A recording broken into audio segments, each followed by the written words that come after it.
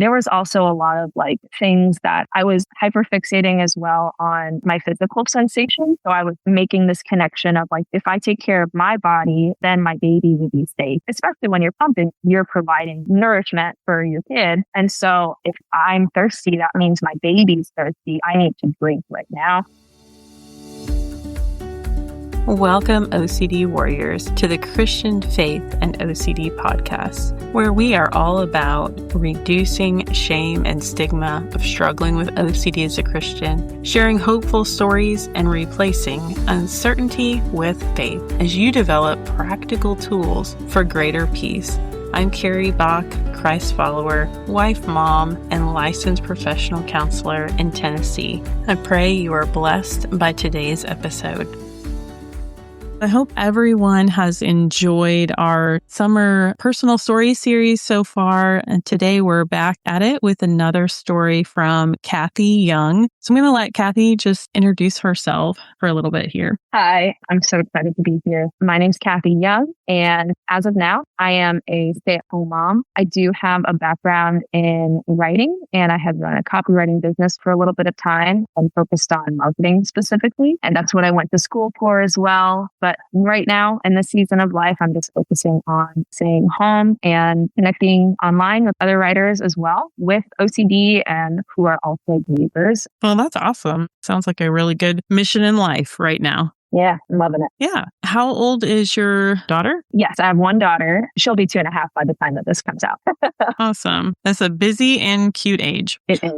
All right. We're talking a little bit today about kind of a very dark season in your life. And so I just kind of want to warn people about that. And also that I think it's just really important to talk about the things that can happen potentially to people's mental health during postpartum. Tell us a little bit about the events that led you down this road, essentially to being assessed for postpartum psychosis. Yeah, I can add a little context too with the season of life I'm in right now. I had no intention to be a stay-at-home mom, and it was postpartum experiences that literally halted me and to reassess and to kind of take a hiatus to focus on my mental health. At the point when I was 12 weeks postpartum, that's around the time that, at least for me, like hormones start to change. So my milk supply had dropped. I was pumping at the time. My daughter was 3 months old, and it was like 3 to 4 months is when they say that babies start to have like a sleep regression.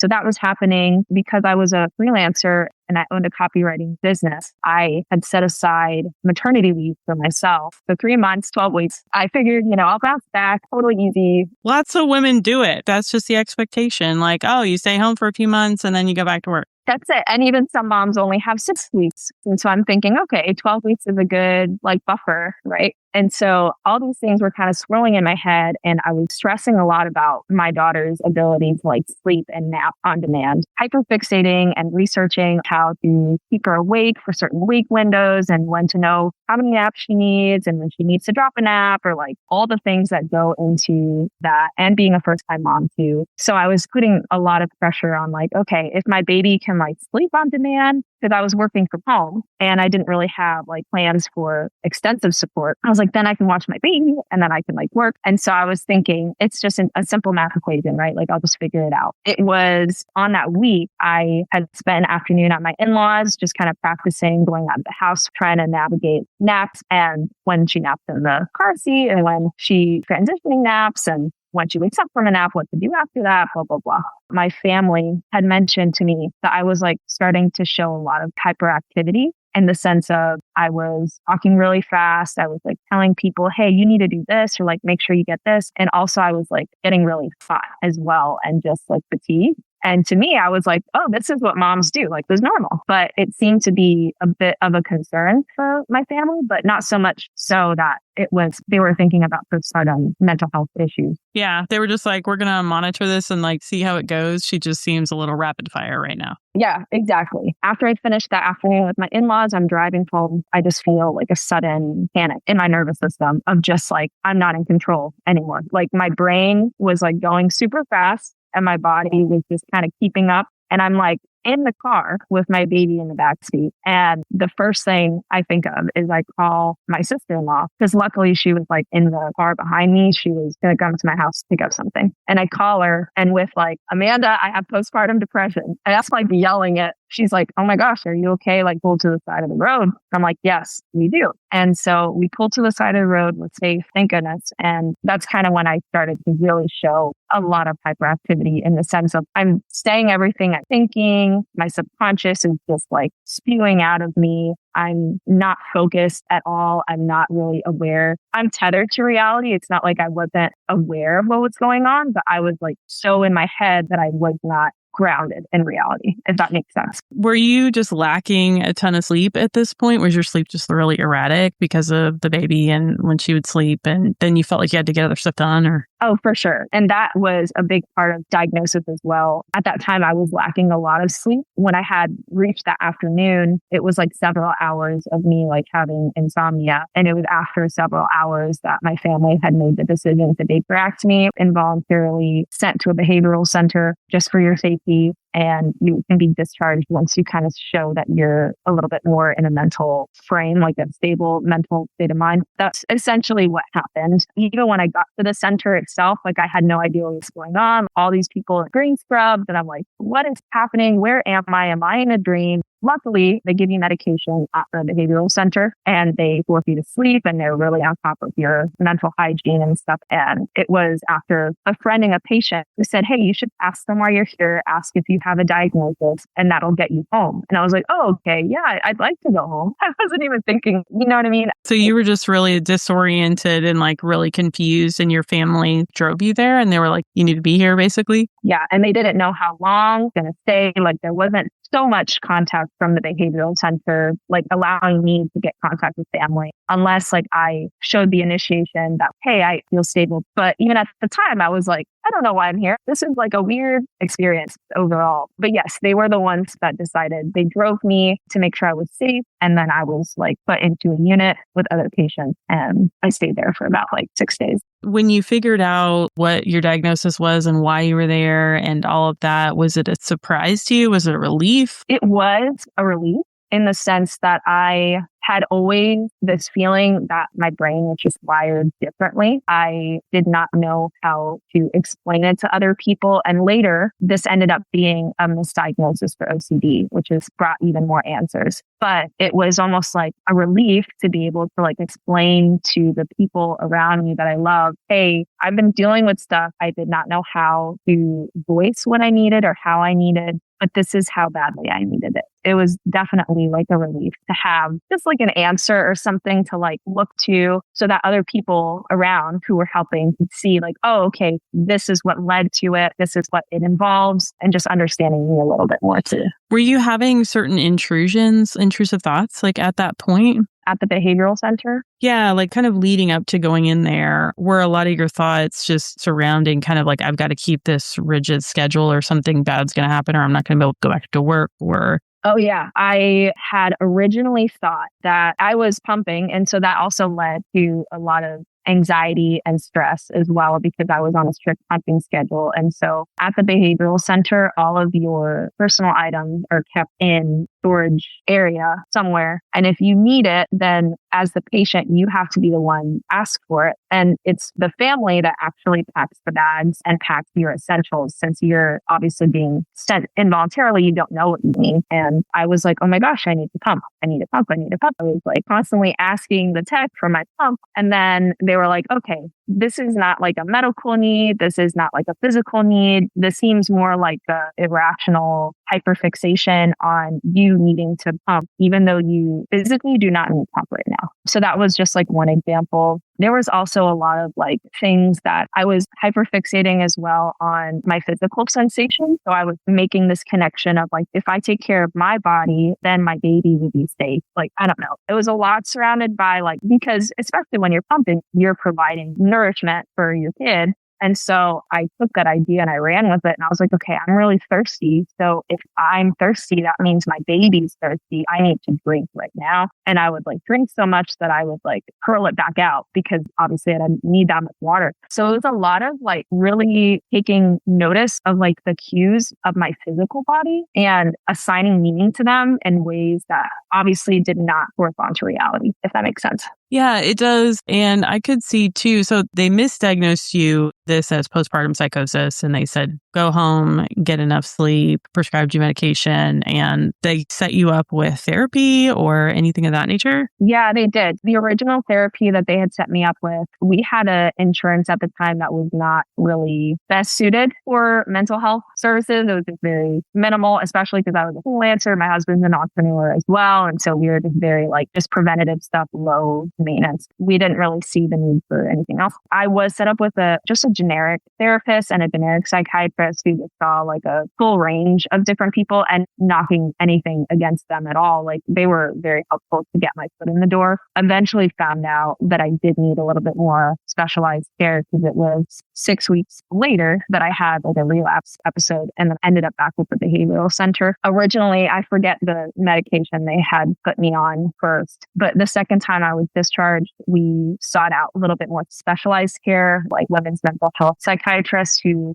knew women's postpartum situations and things like that. And it was with that psychiatrist, that I was screened for OCD, and that it was very likely that I was not dealing with postpartum psychosis. It's more likely that I was dealing with aggravated OCD on top of like the lack of sleep. The hormonal changes, can exacerbate some of those OCD symptoms. And so it's helpful for people to know that. And a lot of people don't know that if you go without sleep for long periods, that you can even start to hallucinate. Like they've done studies on these things. And so it makes sense that certain things can look like psychosis that may be lack of sleep, hormonal imbalances, and OCD going on, especially some of the fixations that you had. I could see how people would misdiagnose that. OCD have also been misdiagnosed as being suicidal when they weren't, or homicidal when they weren't as well, because they have intrusive thoughts or violent thoughts about themselves or others. And I think the education piece is just really important there. Obviously, was that a big hit to you mentally, emotionally, spiritually when you had to go back? Were you like, oh, great, here I am again, doing this all over again? Yeah, definitely was. It threw me for a loop in the sense that like I almost had this chip on my shoulder, and I found that I had this with all my episodes, because I had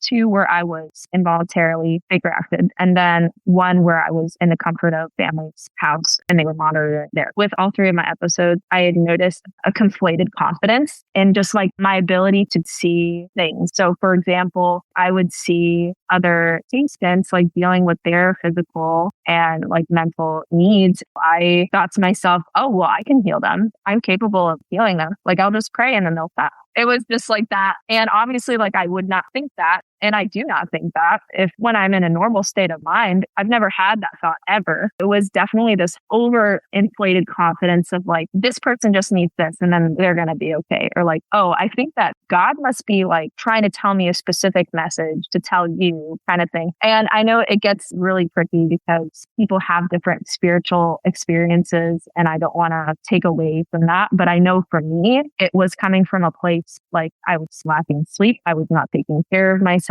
OCD was taking the things that I love, which is what it does, like which is my faith, and like misconstruing it and twisting it in a way that made me think reality was something else when it wasn't. That was something that I ended up having to stop when I was stopped the second time. The third time I had the episode as well, something that I had to wrestle with in terms of, I know that I should be depending on God for this thing. And I know this is like a dark valley, but also I'm thinking these things that I probably shouldn't be thinking that I know are not biblically sound or accurate and not based in the gospel. It was like conversations back and forth with myself, trying to engage with my faith at that time. That makes sense. I'm sure this was probably like pretty scary for your family too, just feeling like the unknowns and what's going to happen next. Were you still trying to work through this period as well? after you'd gotten out of the hospital the first time? Oh, after the first time, my husband and I made the call of like, I just need to not work right now. And then we'll see in the future if that ever changes. But for right now, that's not going to be the case. Luckily, I had a savings in my bank account. We basically were able to use a lot of those funds to help with like the medical bills and kind of transitioning us into like me being able to stay home. And I was able to have a lot of support as well too before I was able to watch my daughter on my own. And that was so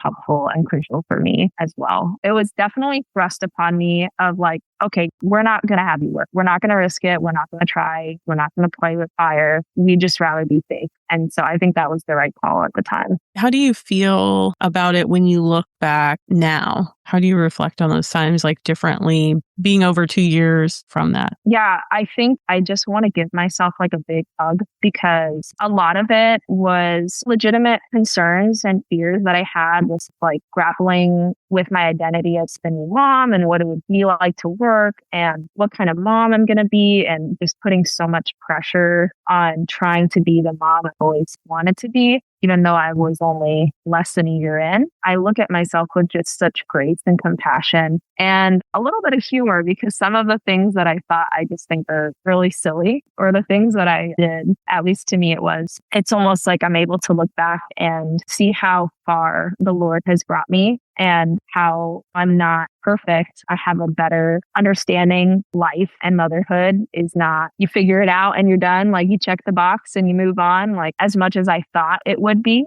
It's very humbling in the sense that I'm able to look back at that time and think, man, I really thought I was God. I thought that I could just have everything in my control perfectly and then everything would turn out how I wanted it to. Like if my baby would just sleep, if I would just get back to work at the certain time, whatever the case may be. It was like this illusion that I could be in control of all these things. I just want to point out, I think it's like harder for moms now because we have too many voices in our ears, really. There are so many different influencers on Instagram and other places that, oh, you should do this and you should do that. This can help with this and that'll help with that. And just almost like too much information versus like trying to filter that all through and learn your specific child and what they actually need. And I can remember like when I was a first time mom, like trying to read the books and go like, I'm reading the book and I'm like, okay, like I think I can do this. I'm feeling a little like semi-confident. And then you get the kid and of course it doesn't go the way the book tells you it was going to go. And then you're like, oh no, what do I do now? Help, somebody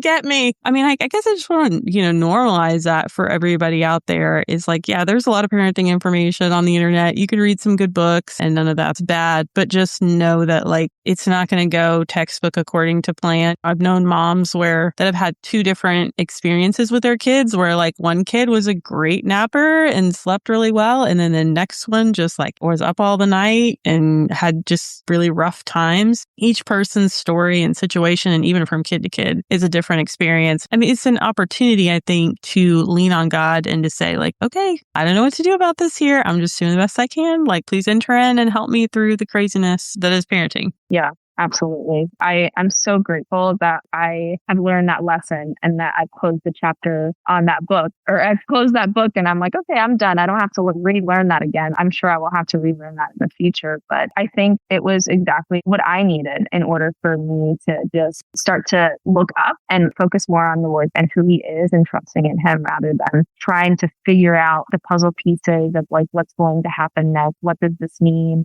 Will I be the mom I want to be? All of these like what ifs and things like that, I've been able to learn to just sit with that comfort a little bit of like, I don't know what's going to happen. It's definitely the tender faith for me in my heart, like with moms in my community and my church and just people online as well, kind of encouraging them of it's okay to not know. You're going to make a plan and it's not going to work out the way you want it to. And even if it does, something else will. That I'm learning to be more okay with or accepting uncertainty, the unknown and discomfort. And I think that's a lot of what OCD like struggles with in terms of wanting that control, wanting to know, wanting a illusion of like security in knowledge or whatever the case may be. Yeah. And I can see where perfectionism can really get attached attached to parenting and wanting to do things right because, oh, there's some kind of belief that I'm going to mess up my kid. And what I've learned working with a lot of people, a lot of kids, a lot of families is you can be a really good parent and still mess up a lot and learn how to make repairs and learn how to do things differently. And you don't have to be perfect because there is no perfect parent. So that's an impossible standard. Tell us about your OCD therapy journey and what that's been like for you. What kind of things have you done?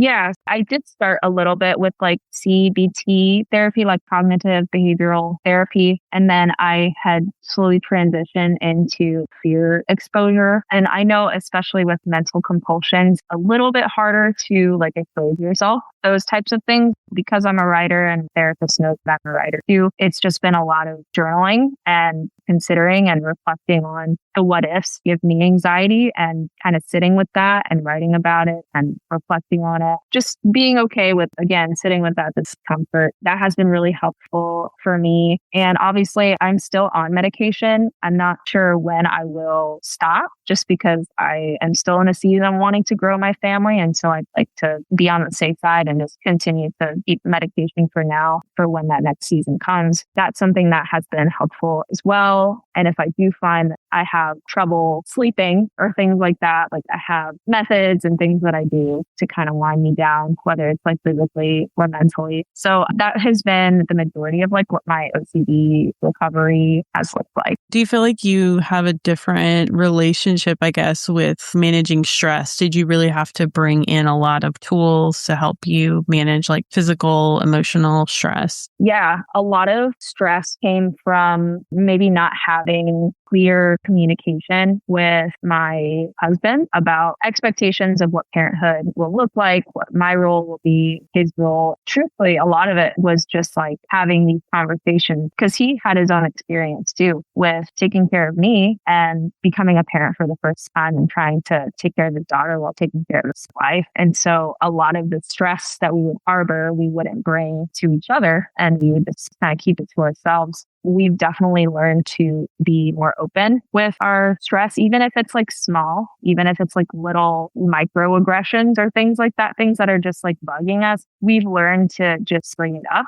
rather than just hide it. And that has helped a lot with stress, but also like physically with stress. I have learned the things that I normally love to do anyway help me a lot with stress. So I love to color, I love to walk, listen to music and read and just kind of like engage in those very quiet activities. And that usually grounds me as well. I find that if I'm in my head, I need to be grounded. And so I need to like engage physically with something, whether that's walking or exercise. Yeah, I think all of those are good things. And it's important for people to remember that stress exacerbates OCD symptoms. So being able to have just like overall coping skills to lower that stress level a little bit. We can't completely eliminate stress from our lives, right? I think there's too many people trying to run at like this really high octane, go, go, go. I can do all the things and be Superman, Superwoman. And it's just not healthy for us physically and emotionally. God didn't create our bodies to run at that like a cheetah all the time. Maybe some short sprints, but then we need to come back down and relax. Like that balance is important for our nervous system. What encouragement would you maybe provide to some other moms? Or we have a lot of women, I think, on the podcast who listen and they want to become a mom. Maybe they're not married yet, or maybe they're married, but really kind of trying to figure out how does this being a mom fit in with my OCD recovery? What encouragement or support would you give to them? I kind of mentioned a little bit before, but really being okay with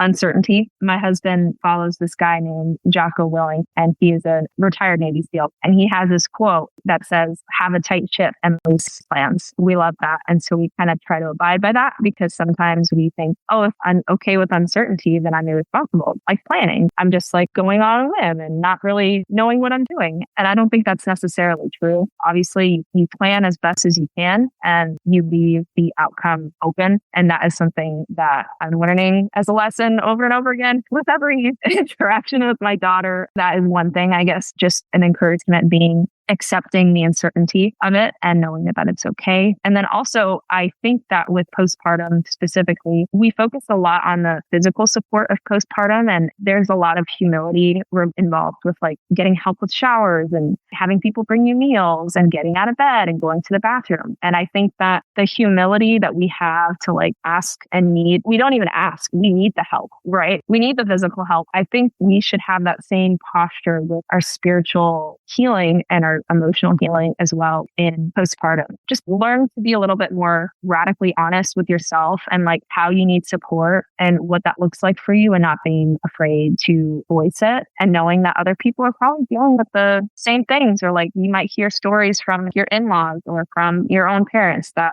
hey, we had this experience too. And then you would have had no idea if you hadn't voiced it. And so I think that there needs to be an awareness of like taking the time to just sit and reflecting and meditating on that transition, because it's a huge transition, especially the first time. I know as you grow your family, you have different challenges as well. But I do know after talking with a few moms, it's really the 0 to 1 the biggest sticker shock. I feel like taking the time to have a support plan, I guess having a plan for what that emotional support will look like for you, and having the humility to accept it. And then I guess when it comes to like practical, because I know I love practical things because it sounds like, oh, that's so nice. Great. What do I do right now? It was really helpful for me, at least in hindsight and moving forward now, especially being in toddlerhood, from pregnancy to like that first year, just like thinking about the first 3 months and like not thinking about anything else, like just focus on short, long-term goals of what do I need to focus on in these next 3 months to take care of my body, to take care of my mind, prepare for baby. And when baby gets here, what do I need to do for these next 3 months? Because it's nice that the Lord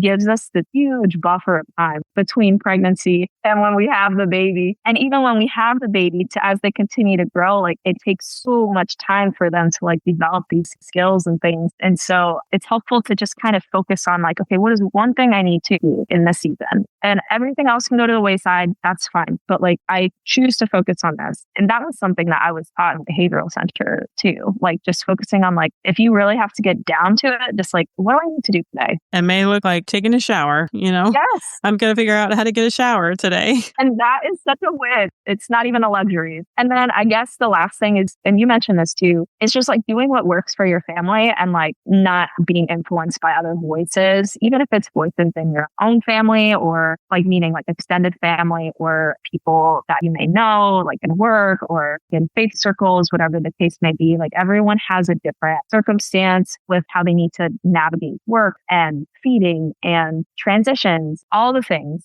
Everyone will have a different opinion. Everyone will do it differently. You just have to do what works for you and your family. And that sounds so cliche, but it's something I continue to latch onto and cling to whenever I start to question myself. Like, why are we doing this? Oh yeah, because it brings us peace. Like even if other people don't think it makes sense or vice versa, like everyone's going to have an opinion about what you do, especially when it comes to parenting or having children or other things. So you feel more positive kind of next time around, like that things will go better for you now that you've put some of these things into place to help your physical and mental health and know what you need and how to advocate for what you need, like the support that you need. Yeah, I absolutely do. I feel hopeful. I feel grateful for how I was able to learn these lessons, like dark as that season was for me and for my family. It's just the Lord definitely brought beauty from ashes, and he just took care of me and ministered to me in the ways that I didn't even think I needed. It makes me hopeful for how I want to continue to create that space and create that sense of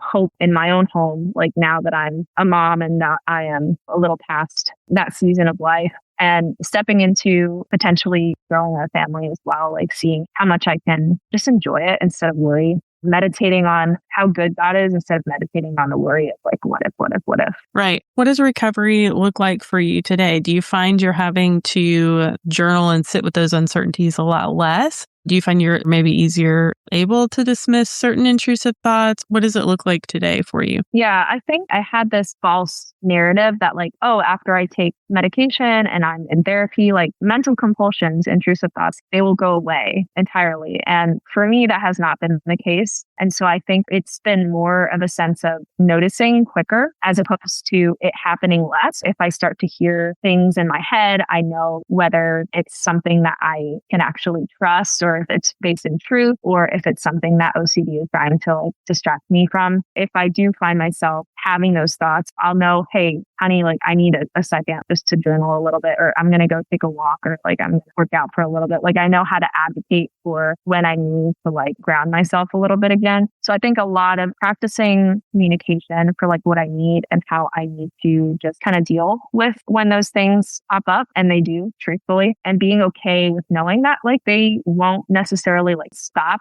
at least for me. It's not one of those things. It's something like being okay with how the Lord made me instead of trying to fight it, but trying to work with it. I think that's great. And I think it just shows like you can have a certain level of peace without having to completely eliminate all these thoughts. And I think that's good for people to hear and to know. Yeah, absolutely. Yeah. Thanks so much for being brave and sharing your story today. Yeah, thank you so much for having me. And I'm just so grateful. I really appreciate Kathy's vulnerability in this episode. While no one wants to go to an inpatient treatment center for their mental health, if that's what you're needing at the time, there shouldn't be any shame in getting that type of help. So I think it's really important for us to reduce the stigma and the shame surrounding going to inpatient treatment, whether it's for OCD or for other mental health conditions. And there may be a time where you don't need inpatient treatment, but you need some type of more intensive treatment, like an intensive outpatient program where you go for a few hours a day, several days a week, or you attend online, depending on the program. These types of programs can be really helpful if you're having a hard time functioning in your day-to-day life. I think there has been some confusion surrounding my intensive therapy services and the type of person that's for. And sometimes we have people who are reaching out who really need more of a hospital setting or an intensive outpatient setting. Just know that if I feel like that's what you're needing, that's the services I'm going to direct you towards. And people who would benefit from like an intensive therapy retreat type setting typically have some type of base level coping skills. They have some ability to regulate emotions when they come up. They've either been to therapy before or done some significant self-help work on their own to kind of have a certain level of awareness and motivation towards treatment. So I wanted to say a little bit about that just to provide some distinction for those of you maybe who have seen the intensive services on my website. They're not meant to be a replacement for intensive outpatient care, but more so for people who have been in treatment a while and just feel stuck. Maybe you've done some workbooks, self-help, done a little bit of individual therapy that maybe wasn't fully effective. So if that's you, or you're not sure if it's you, feel free to check out the intensive therapy retreat services on the website at carriebach.com, and you can always send us a contact form as well. Until next time, may you be comforted by God's great love for you.